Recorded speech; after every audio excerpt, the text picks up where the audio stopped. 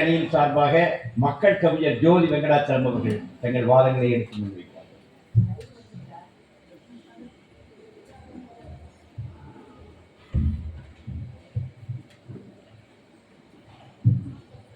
பெற்ற தாயினை மகமறந்தாலும் பிள்ளையை பெறும் தாய் மறந்தாலும், பெற்ற தாயினை மகமறந்தாலும் பிள்ளையை பெறும் தாய் மறந்தாலும், உற்ற தேகத்தை உயிர் மறந்தாலும் உயிரை மேவிய உடல் மறந்தாலும், கற்ற நெஞ்சகம் கலை மறந்தாலும் கண்கள் நின்று இமைப்பது மறந்தாலும், மற்றவர்த்தவர் உள்ளிருந்தோங்கும் ராம் சுரத்குமாரை, யோகி ராம் சுரத்குமாரை நான் மறவேன்.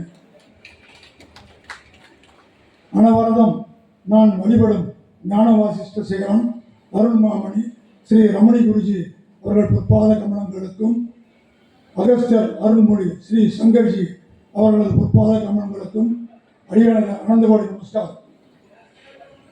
போற்றுதலுக்கும் வழிபாட்டுக்கும் உரிய அம்மா மா தேவகி அவர்கள் உள்ளிட்ட ஆசிரம அறங்காவலர்கள் குழு அனைவருக்கும் என் அளப்பரிய வணக்கம். என்றும் எங்கும் என்றும் எங்கும் பகவான் யோகியோடு உலாவரும் துலாக்கோள் நடுவர், என்றும் எங்கும் பகவான் யோகியோடு உலாவரும் துலாக்கோள் நண்பர், துலாக்கோள்னா நடுவர் தெரியும், துலாக்கோள் நடுவர் மதிப்பிற்குரிய விசிறி சங்கர் அவர்களுக்கு என்னுடைய சிறப்பான வணக்கம். பாங்குடன் பட்டிமன்றத்தில் பேச வந்திருக்கும் அருமை மக்களுக்கும் என் அனந்த கோடி வணக்கம். கோடி பூக்கள் கொண்டு வந்திருப்பேன் ஆண்டோர்களே சான்றோர்களே, உங்களுக்கு அவை வாடிப்போகும் என்பதனால் என் வணக்கத்தை மட்டும் கொண்டு வந்தேன். எங்கே உங்கள் பாதங்களை பாருங்கள், வந்து சேர்ந்திருக்கு என் வணக்கம். அப்புறம் எனக்கு நான் எதுவும் பேச வேண்டியதில்லைன்னு நினைக்கிறேன் நடுவர் அவர்களே. ஏன்னா நான் பேச வேண்டியது பூரா தம்பியே பேசிட்டாரு, நீங்கள் பேசிட்டீங்க. எத்தனை கவிதை எத்தனை போட்டு அவர் என்ன படித்தவர் இவ்வளவுலாம் எழுதிட்டு பாமராரு அப்படின்னு பேசினா இது எப்படி இருக்குன்னு, எனக்கு கடவுள் மறுப்பாளர் இயக்கத்தை சேர்ந்த ஒருத்தன் கடவுள் இல்லை அப்படின்னு எழுத வரான். அப்படி எழுத வர பிள்ளையார் சொல்லியோட ஆரம்பிக்கிறான். அது மாதிரி இருக்குது அவர் பேசுனது. பாமரலேன்னு பேச வந்துட்டு அத்தனை கவிதை அத்தனை போற்றி, அம்மாவுக்கு ஒரு கவிதை, ஐயாவுக்கு ஒரு கவிதை, நடுவருக்கு ஒரு கவிதை விட்டுருந்தா உங்களுக்கு எல்லாம் போட்டி பாடியிருப்பாரு. அவ்வளோ பண்ணிட்டு செஞ்சா நாங்கள்லாம் என்னது பேசுறது? இருந்தாலும் ஏதோ எங்களை கூப்பிட்டுக்கிறாங்க, ஏதோ எங்களுக்கு தெரிஞ்சு சொல்ல பேசிட்டு போகிறோம். அது என்ன ஒரு வேடிக்கைன்னா, நீங்கள் அவருக்கு மயங்கிறது இல்லை, புத்தனாக வந்தவனே என்னை புத்தனாக்கி சென்றவனே அப்படிங்கிறோடைய அவருடைய வரிக்கு நானே அடிமை தான். அதுக்கு அவ்வளவு பெரிய ஒரு மாடுலேஷன், ஒரு ப்ரெசன்டேஷன் நான் ரொம்ப வியந்து பார்த்துட்டு இருப்பேன் அவரை. ஆனால் அவர் இப்படி பேசுகிறாரு, ஆனால் சொல்கிறாரு படித்தவர்கள் இன்னைக்கு ஒன்று பேசுவாங்க, நாளைக்கு ஒன்று பேசுவாங்க அப்படின்னு. ஆனால் நாளைக்கு அவர் தான் பேச போகிறாரு சேலத்தில். தாயுமாய் தந்தையுமாய் மட்டுமாய் முற்றுமாய். அப்போ யார் வேஷம் போடுறாங்க அப்படின்னு நீங்கள் பார்த்துங்க. சரி, இப்போ நான் தலைப்புக்கு வரேன். பகவான் யோகியை அடையாளம் கொண்டு பெரிதும் போற்றியது பாமரர்களே படித்தவர்களே. இதை தலைப்பை பார்த்தோன்னே எனக்கு ஒரு பழைய பாடல் ஞாபகம். எல்லாரும் தெரிஞ்ச பாடல் தான். படித்ததினால் அறிவு பெற்றோர் 1000 உண்டு. அந்த 1000 தான் அண்டர்லைன் பண்ணுறோம். கண்ணாசனுடைய பாட்டு. பாடம் படிக்காத மேதைகளும் பாறையில் உண்டு. இது இந்த 1000 உலகத்தில் படிக்காதவங்களும் இருக்கிறாங்க, ஆயிரக்கணக்கில் படித்தவங்க தான் அப்படின்னு கண்ணதாசன் சொல்கிறாப்படி. இதை நான் அப்படியே கொஞ்சம் மாற்றி, படித்ததினால் பகவான் யோகியை அறிந்து போற்றியவர் 1000 உண்டு, பாடம் படிக்காத பாமரரும் பாரியில் உண்டு. இவ்வளோதாங்க. அவர் திருப்பி சொல்லிடலாம், ஆனால் சொல்ல மாட்டார். அவர் 2 பக்கம் வார்த்தை கேட்டு தான் சொல்லுவார். அதனால் என்னுடைய ஒரு 4 பேர்த்த நான் கொஞ்சம் என்னுடைய முதல் சுற்றில் சொல்கிறேன். ஒருத்தர் அமெரிக்க இளைஞர் ஒருவர் ட்ரூமன் கெய்லர் அப்படின்னு சொல்லி, அவர் தான் முதல் யோகிக்கு 1964 புஸ்தகங்கள் எழுத ஆரம்பிச்சவர். 70 புத்தகம் எழுத ஆரம்பித்தவர். த காட் சைல்டு யோகிராம் சுரத்குமார் என்ற ஒரு அடைமொழியோடு அது எழுதினவர் அவர் தான். பகவானை பற்றிய முதல் நூல் அது. அந்த நேரம் வந்து பகவான் இந்த நூல் பல ஆயிரம் பேர் படித்து பல லட்சம் பேர் அறிந்து புரிந்து பயன்படும்படியான நூல். இந்த நூல் பல ஆயிரம் பேர் படித்து பல லட்சம் பேர் அறிந்து புரிந்து பயன்படும்படியான நூல் என்று திருவாக்கு அருளியதோடு கையொப்பமிட்டு பலருக்கு அவரே மகிழ்ச்சியோடு விநியோகம் செய்தார். இது சான்று இருக்கு. அடுத்தது சுந்தரேச குருக்கள்னு அவர் திருவண்ணாமலை சொன்னார்.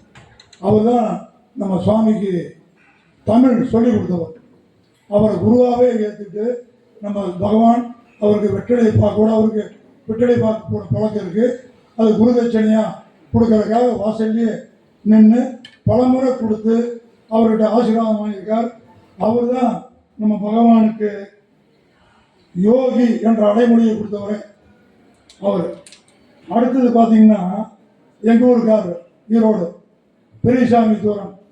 அவர் 2 கலைக்களஞ்சியம் பத்மபூஷன் விருது மத்திய அரசு மூலமாக, மாநில அரசினுடைய விருது கலைமாமணி இதெல்லாம் பெற்றவர்.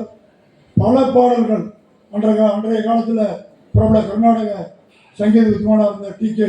பட்டம்மாள் அவர்கள் மூலம் பாடப்பெற்று இசைத்தட்டாக திரு முருகேசன்ஜி அவர்களால் வெளியிடப்பட்டு மிக மிக பிரபலமடைந்தது அந்த பாடல்கள் மூலம்தான் என்பதை நான் இங்கே பதிவு செய்கிறேன்.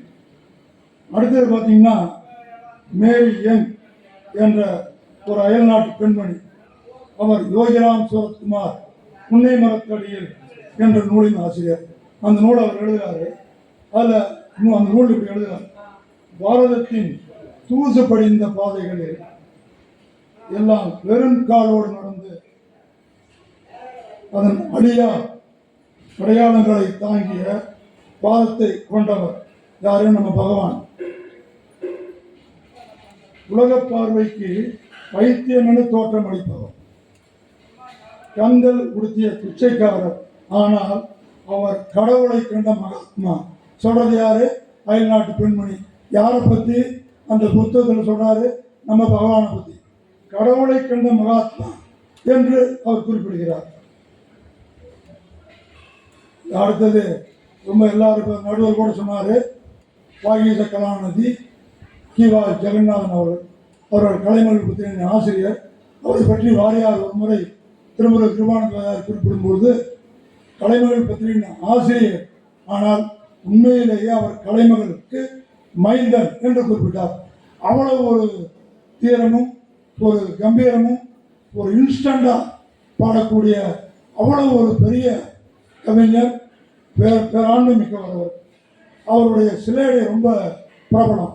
ஒரு தடவை ஒரு நண்பர்களோட உதாரணத்துக்கு ஒன்று சொல்கிறேன், காரில் போயிட்டுருக்காரு. அப்போது கார் பிரேக் டவுன் ஆயிடுது. அப்போது டிரைவர் சொல்கிறாரு, கொஞ்சம் வண்டியில் இருக்கிறவங்களாம் இறங்கி கொஞ்சம் தள்ளுங்க அப்படின்னு. உடனே இறங்கிடுறாங்க. கிவாஜாவும் இறங்கி தள்ளுறாரு. அப்போ ஐயோ நண்பர்கள்லாம் பார்த்துட்டு, ஐயா நீங்கள் எதுக்கு அப்படின்னு அவர் உடனே சொன்னாராம். அதுதான் ஹைலைட், என்ன தள்ளாதவன்னு நினச்சிட்டிங்களா அப்படின்னா. அப்படி அந்த சிலைகளில் அவ்வளோ பாப்புலர். இன்னொரு ஊருக்கு அவர் பேச போகிறாரு. காலையில் ட்ரெயின் ரயில்வே ஸ்டேஷனுக்கு வரவேற்க வராங்க. எல்லாம் மாலையோடு வராங்க, மாலை போடுறாங்க. அப்போ உடனே சொன்னாராம், பரவாயில்ல இந்த ஊர் ரொம்ப நல்ல ஊராக இருக்குது, காலையிலேயே மாலையம் வந்து விட்டது அப்படின்னாராம். எல்லா பக்கமும் மாலையில் தான் வரும், இங்கே காலையிலேயே மாலையம் வந்து விட்டது அப்படின்னாராம்.